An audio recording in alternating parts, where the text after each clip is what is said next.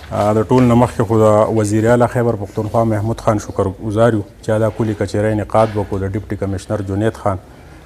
اے سی بریکوټ ایډیشنل اے سی ایم ایس پولیس ټي ایم اے اریګیشن ډپارټمنټ 1122 د ریوینیو د پل دا خبره چې دی دا خو په میډیا راغلي ما ډي صاحب ته هم لیږلې ده هغه ډېر افسوسناک ده د 50 کروړ روپو د پل چې دی په هفته نیمه کې هغه غورځېدو واله دی د هغې نه 120 لاندې کابلې چې دی لرې شوي دي دویمه خبره دا ده چې ټي ایم اے ته ما بار بار ویلي دي چې په دې بایپاس باندې د 50-60 سپي چې دي په یو ځای ولاړي دوی وایي موږ ټوریزم پروموټ کوو نو دغه سپي چې په پنجابیانو پسې غاپي د هغوی کار څه دی چې سوات ته راځي نو دغه د سپو دا خبره چې ده ډېره ضروري ده خو هغوی دا ده چې دوايي ډېره ګرانه ده او د هغې نه یم خبر چې ولې دغه کار نه کوي دویمه خبره چې بجلي ځي سهار ځي نه صاحب ریپورټ شته چې ولې ځي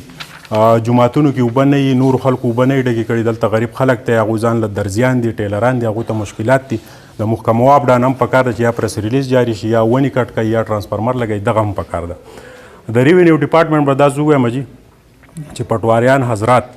د خپل ډیوټۍ له مهرباني کوي چې په 9 بجې راځي کوم چې د سرکار ټایم دی چې خلکو ته تکلیف نه نو چې په 11 بجې پټواري صاحب راشي بیا هلته خلک ولاړي دغه ځای دلته چولې خوري دنیا تاوان نه ګاډي کړي نو پټواریانو له پکار ده چې لږ په ټایم راځي بله خبره چې دا ده چې بریکوټ ته غیر مقامي افراد راغلي زه د کلو نومونه نه لمه ولې چې بله ورځ یو وفاقي وزیر په دې کې ما ټلیفون کړی چې زما د کلي بار بار نوم لري دا خلک چېرته لاړ شي نو دغه خلک دې راځي خو دغه کم خلک چې راغلي د هغوی د هلته ډیټا د پولیس ډپارټمنټ ذمواري د ډي اس پي صاحب ناست دی چې وګوري چې دی ولې د دې کلي نه راغلی بل بریکوټ چې دی د هغې مثال د فرانس دی یو کس راشي هغه ویزې ولېږي په مخه دا ډاینیر ډکې ډکې راځي بېګاه هم 7 کډې راغلي دي نو په دغه کې پکار ده چې دوی دا رقشو چې کم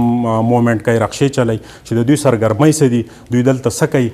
دا بریکوټ ولې دونه مشهور دی او د بریکوټ کم ځایي خلک چې دي کم چې د ځمکو مالکان دي چا چې کوارټر دي زما خو نشته د دوی ذمواري ده او د دوی د هم خلاف انکوایري وشي چې دوی ولې یو مغرور یو جرایم پیشه سړی دلته راوستی زه انتهایي شکرګزار یم د ټول ډپارټمنټ د پبلک د اے سی د ایډیشنل اے سی او د ټول ډپارټمنټ شکرګزار یم زموږ په دې مسلو پورې اقدامات پکار دی عوامو ته ډېر زیات تکلیف دی مننه مهرباني